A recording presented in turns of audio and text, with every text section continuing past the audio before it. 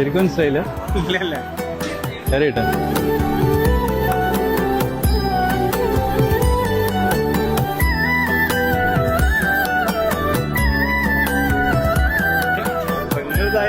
വേറെ ആരില്ല.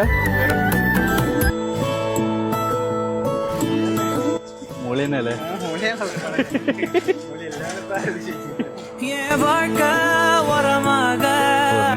പിന്നെ വലിയ കാര്യമാണ്.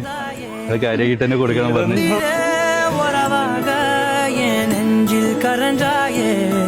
பசி தூக்கத்தை மறந்து நீயும் வடி பாசத்தை பொழிஞ்சாயே தினமும்